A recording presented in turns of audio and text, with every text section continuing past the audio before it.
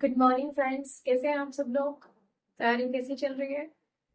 वैसे तो इतनी अच्छी वैकेंसीज अगर सामने हो तो तैयारी अपनी रफ्तार से चलती है, लेकिन फिर भी अगर मोटिवेशन कम हो रहा हो तो इमेजिन कीजिएगा कि जब आप ये सिलेक्शन पा जाएंगे तब आपकी लाइफ में क्या क्या चेंजेस होंगे या आपके लाइफ स्टाइल में क्या क्या चेंजेस होंगे। And I am damn sure कि उस टाइम पे जो आपका मोटिवेशनल लेवल होगा वो उस सफिशिएंट लेवल तक पहुंच चुका होगा कि आप पढ़ने के लिए मन से जुट जाएंगे।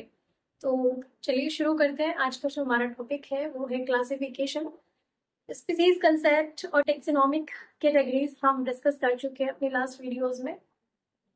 क्लासिफिकेशन में यूँ तो काफ़ी सारे टेक्सोनॉमिस्ट ने काफ़ी सारे क्लासिफिकेशंस दिए हैं, जैसे नेचुरल क्लासिफिकेशन अलग दिया गया है, एरिस्टोटल ने दिया। लेकिन जो हमारा सबसे मोस्ट एक्सेप्टेड जो हमारा क्लासिफिकेशन है वो फाइव किंगडम क्लासिफिकेशन, जो हमारा वाइटेकर, रॉबर्ट एच वाइटेकर द्वारा दिया गया। तो आइए इसके बारे में जानते हैं। Robert H वाइटेकर,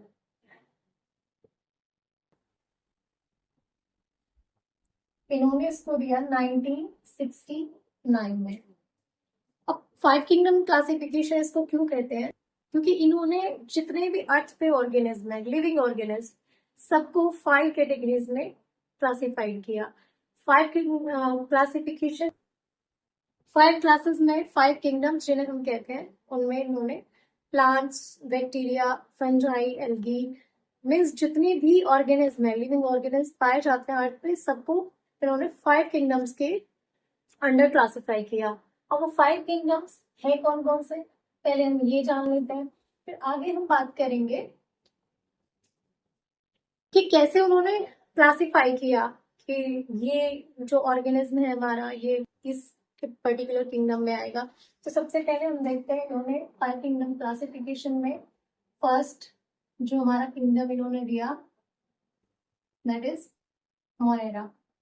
second is protista. Third fungi. Third Plantae.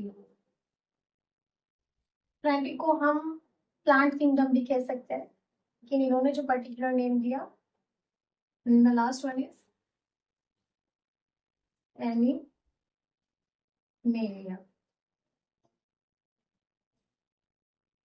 इसको हम हिंदी में अगर लिखना चाहें तो that is Monera, protista. Fungi को हम कहते हैं कवक, प्लांटी पादप जगत। किंगडम को बेसिकली हम जगत कहते हैं, इसलिए हम इसको कह सकते हैं plant kingdom. And the last one is animalia या जंतु जगत। अब हमने ये तो देख लिया कि वाइटेकर ने कौन कौन से किंगडम्स में क्लासिफाई किया ऑर्गेनिज्म को। मोनेरा हो गया, प्रोटिस्टा, फंजाई। लेकिन हम कैसे आइडेंटिफाई करेंगे कि ये पर्टिकुलर ऑर्गेनिज्म हमारा मोनेरा में जाएगा कि फंजाई में जाएगा। तो इसके लिए कुछ ऐसे बेसिक कैरेक्टर्स हैं जिनको, जो डेफिनेट है। इवन अगर हम देखें तो जितने भी लिविंग ऑर्गेनिज्म हैं, हम उनको क्लासिफाई कैसे करते हैं कि ये लिविंग ऑर्गेनिज्म है, क्योंकि उनमें एक सेल हमेशा पाई ही जाएगी। कोई भी नॉन लिविंग अगर ऑर्गेनिज्म, नॉन लिविंग थिंग है, तो उसमें कभी भी सेल नहीं पाई जाएगी। जैसे अगर मैं इस मार्कर की बात करूँ तो क्या इसमें सेल प्रेजेंट है? नो। सो ये हमारा क्या है, नॉन लिविंग। लेकिन लिविंग जितने भी होंगे, चाहे हम प्लांट्स की बात करें और चाहे हम एनिमल्स की बात करें, या छोटे से छोटे जो प्लेटीहेल्मिन्थीज के, जो हम अगर इसके इसकी बात करें, तो भी हम देखेंगे कि सारे जो एनिमल्स हैं, जितने भी लिविंग ऑर्गेनिज्म है, सब में सेल पाई जाती है। अब सेल की टाइप्स के अकॉर्डिंग ही हम इनको क्लासिफाइड करते हैं। दो तरह की सेल होती है बेसिकली, आप लोगों ने पढ़ी होंगी। Cells are of two types. Cell कितने प्रकार की होती है लिविंग ऑर्गेनिज्म में? दो तरह की। कौन कौन सी होती है देख लेते हैं। तो first is pro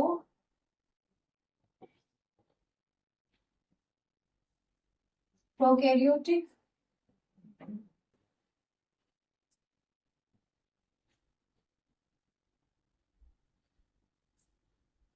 and the second is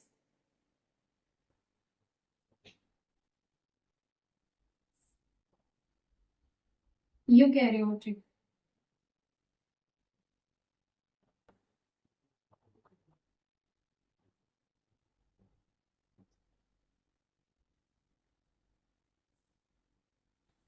sales कितने प्रकार की होती है? दो प्रकार की। First is prokaryotic and second is eukaryotic. अब सेल्स में भी हम कैसे पता करें कि ये सेल प्रोकैरियोटिक है या यूकैरियोटिक? तो बेसिकली हमारी जो सेल है, माना ये सेल है, तो सेल का जो मेन ऑर्गेनेली होता है वो होता है हमारा केंद्रक या न्यूक्लियस। एक वेल डेवलप्ड न्यूक्लियस अगर सेल के पास है तो हम कहेंगे कि ये सेल कैसी है? यूकैरियोटिक। लेकिन अगर ये न्यूक्लियस सेल में नहीं है तो ये हमारी कौन सी सेल हो गई? अगर नहीं है तो दैट इज प्रोकैरियोटिक सेल। तो प्रोकैरियोटिक सेल को हम कैसे आइडेंटिफाई करते हैं यूकैरियोटिक सेल के सामने? इसमें एक तो न्यूक्लियस नहीं होगा, सेकेंड इसमें न्यूक्लियस होगा, सेकेंड माइटोकॉन्ड्रिया होगा। माइटोकॉन्ड्रिया क्या कहते हैं? पावर हाउस माइटोकॉन्ड्रिया, जो power house of the cell कहते हैं हम इसको। एनर्जी प्रोड्यूस करता है, एटीपी फॉर्मेशन अगर हमारी बॉडी में होती है तो वो कहाँ होती है? माइटोकॉन्ड्रिया में। सो जो हमारी प्रोकैरियोटिक सेल होगी उसमें माइटोकॉन्ड्रिया भी नहीं होगा। थर्ड क्या नहीं होगा? गोल्गी एपिटस।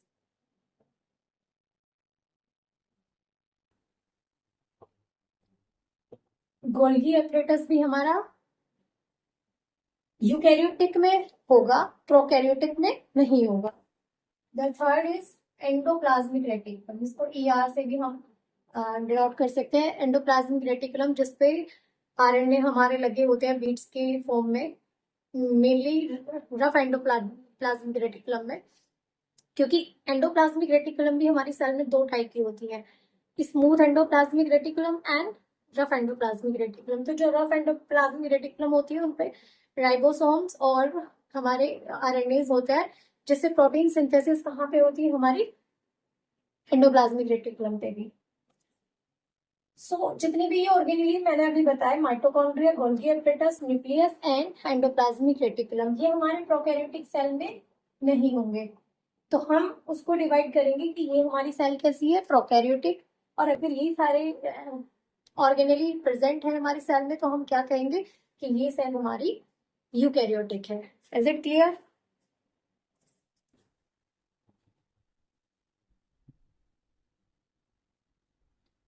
तो जितनी भी हमारे प्रोकैरियोटिक सेल होगी वो मेनली किसमें पाई जाती है? बैक्टीरिया में। बैक्टीरिया में कैसी सेल होती है हमारी? Prokaryotic cell. और प्रोकैरियोटिक सेल वाले ऑर्गेनिज्म को हम किसमें डिवाइड कैटेगराइज करते हैं? Monera kingdom. यहाँ तक क्लियर है? मोनेरा में हम किनको रखेंगे? जिन भी ऑर्गेनिज्म के पास प्रोकैरियोटिक सेल होगी, और प्रोकैरियोटिक सेल मेनली बैक्टीरिया में पाई जाती है। सो जितने भी बैक्टीरिया होंगे वो हमारे किस में होंगे? मोनेरा किंगडम में। अब बात करते हैं यूकैरियोटिक सेल की। यूकैरियोटिक सेल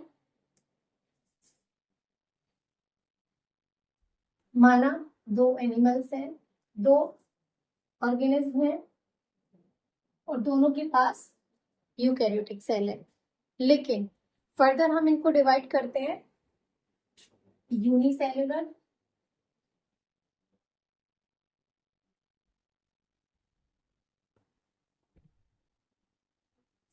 और मल्टी सेल्युलर।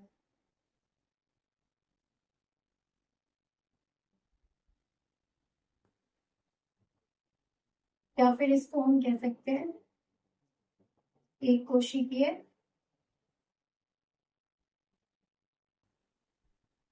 और इसको हम कहेंगे बहु कोशिकीय।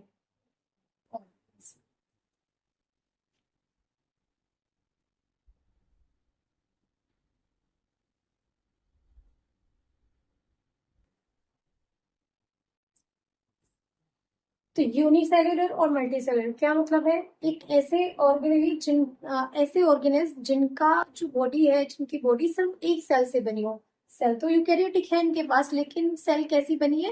एक ही सेल से, पूरा जो बॉडी है वो एक ही सेल होगी। लेकिन जो मल्टी सेल्युलर होंगे उनमें क्या होगी, उनकी बॉडी डिफरेंट डिफरेंट सेल्स से मिलके बनी होगी। अभी हम जब आगे ऑर्गेनाइजेशन लेवल की बात करेंगे तब हम देखेंगे डिफरेंट डिफरेंट जो हमारे फाइलम्स आएंगे। अभी हम किंगडम क्लासिफिकेशन देख रहे हैं, उसके बाद हम फाइलम क्लासिफिकेशन देखेंगे, तब हम बात करेंगे ऑर्गेनाइजेशन सिस्टम की। तो यूनिसेल्युलर में कौन कौन से आते हैं, आप लोगों ने हमेशा देखे होंगे प्रोटोजोआ जितने भी होते हैं। प्रोटोजोआ में कौन कौन से होते हैं? अमीबा हो गया, पैरामीशियम, यूग्लिना, ये सब हमारे किसमें आते हैं? प्रोटोजोआ में। तो जितने भी हमारे यूनिसेल्युलर ऑर्गेनिज्म होंगे या एक कोशिकीय जीव होंगे उनको हम रखेंगे प्रोटिस्टा में।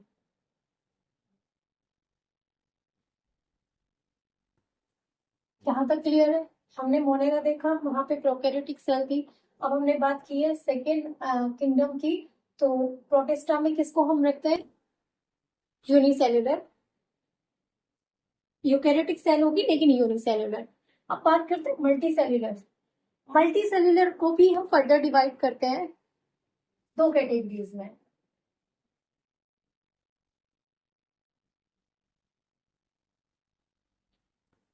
सेल यूकैरियोटिक होगी, बहुकोशिकीय में हम दो कंडीशन देखेंगे। फर्स्ट, जिनके पास ऐसी यूकैरियोटिक सेल जिनमें सेल वॉल नहीं होती। सेल वॉल क्या होती है पहले देख लेते हैं। माना ये सेल है यूकैरियोटिक सेल, इसकी हमारी जो आउटर मोस्ट लेयर होती है इसको हम कहते हैं सेल वॉल। और ये वाली जो इनर मोस्ट होती है इसको हम कहते हैं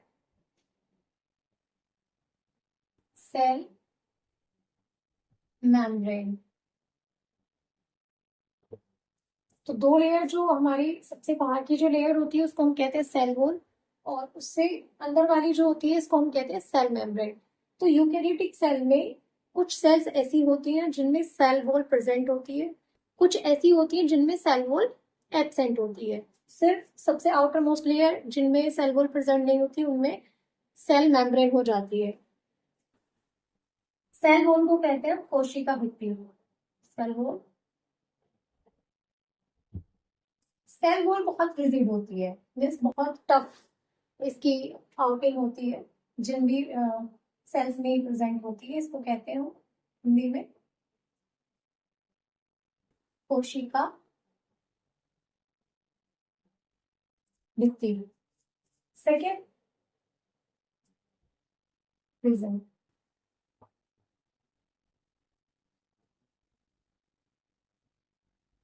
सेकेंड, सेल वॉल एब्सेंट। कोशिका भित्ति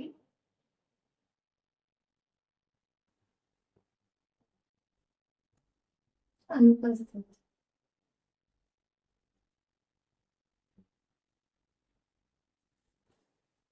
तो जिनमें सेल वॉल प्रेजेंट होती है उनमें फर्दर दो कैटेगरी आती है।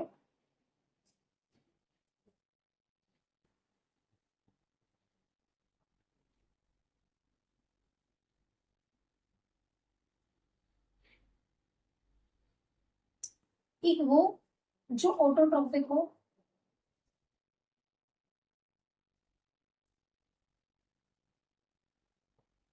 ऑटोट्रॉफिक का क्या मतलब है? जो अपना भोजन खुद बनाते हैं या अपना जो फूड है वो खुद से प्रिपेयर करते हैं। आप लोगों ने देखा होगा फोटोसिंथेसिस में, ये जो फोटोसिंथेसिस करते हैं वो हमारे कौन से होते हैं, ऑटोट्रॉफिक या स्वयं पोषी।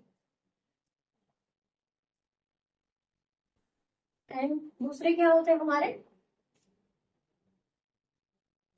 हेट्रोट्रोफिक। हेट्रोट्रोफिक कौन से होते हैं, विषम पोषी, जो न्यूट्रिशन के लिए या भोजन के लिए दूसरों पे डिपेंडेंट होते हैं। ये अभी बात चल रही है उन ऑर्गेनिज्म की जो सेल वॉल जिनमें प्रेजेंट होती है, जिनमें यूकैरियोटिक सेल होती है लेकिन सेल वॉल प्रेजेंट होती है जिन यूकैरियोटिक सेल में। तो हमारे जो ऑटोट्रॉफ्स या ऑटोट्रॉफिक होते हैं, जो खुद का भोजन खुद बनाते हैं, उनको हम ले जाते हैं, कैटेगराइज करते हैं प्लांट पी किंगडम में। Is it clear? और हेट्रोट्रॉफिक जिनमें भी मोड ऑफ न्यूट्रिशन होता है, उनको हम कैटेगराइज करते हैं फंजाई में। तो जितने भी कवक होंगे वो कैसे होंगे, हेट्रोट्रॉफिक। उनका जो मोड ऑफ न्यूट्रिशन होगा वो हेट्रोट्रॉफिक होगा, मतलब वो अपने भोजन के लिए दूसरों पे डिपेंडेंट होंगे। थर्ड एंड लास्ट वन होता है हमारा जिनमें सेल वॉल एब्सेंट होगी। सेल वॉल एब्सेंट किन में होती है, एनिमेलिया।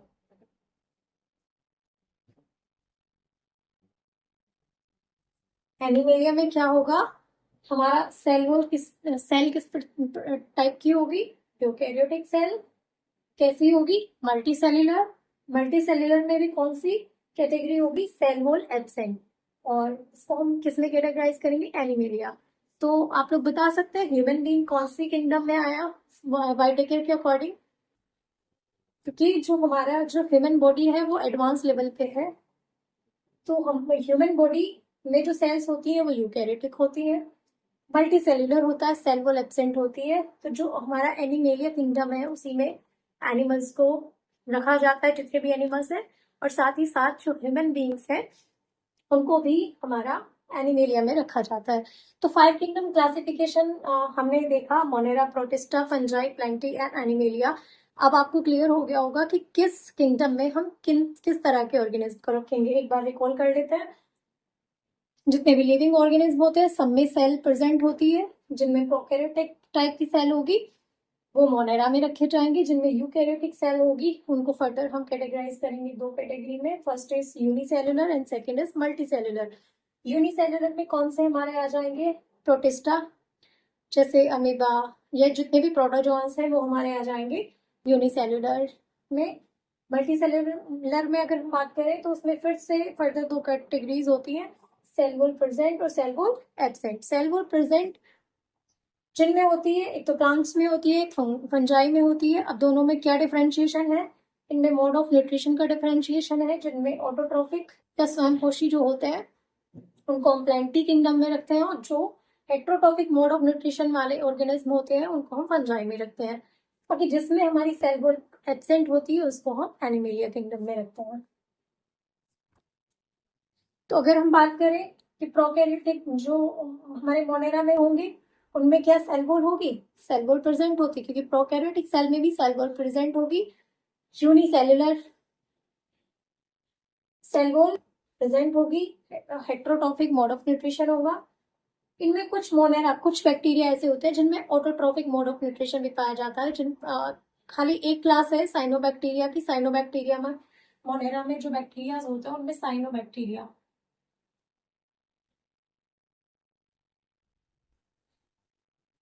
आगे हम बात भी करेंगे साइनोबैक्टीरिया, जिन्हें हम नीले हरे शैवाल भी कहते हैं, ब्लू ग्रीन एली।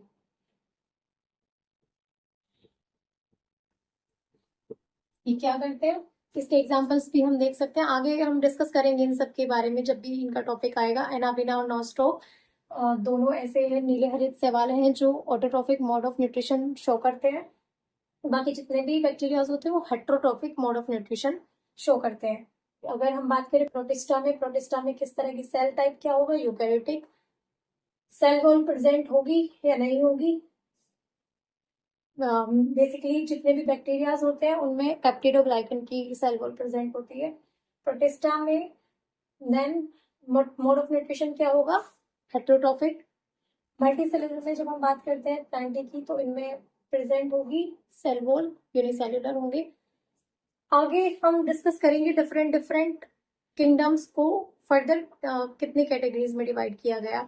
सबसे पहले हम एनिमेलिया किंगडम को लेंगे, उसके जितने भी मेनली जो एनिमेलिया है, इसको 9 संघों में या 9 फाइलम्स में डिवाइड किया गया है। नेक्स्ट वीडियो में हम बात करेंगे उन 9 फाइलम्स की और उनके स्पेसिफिक कैरेक्टर्स की। तब तक के लिए धन्यवाद।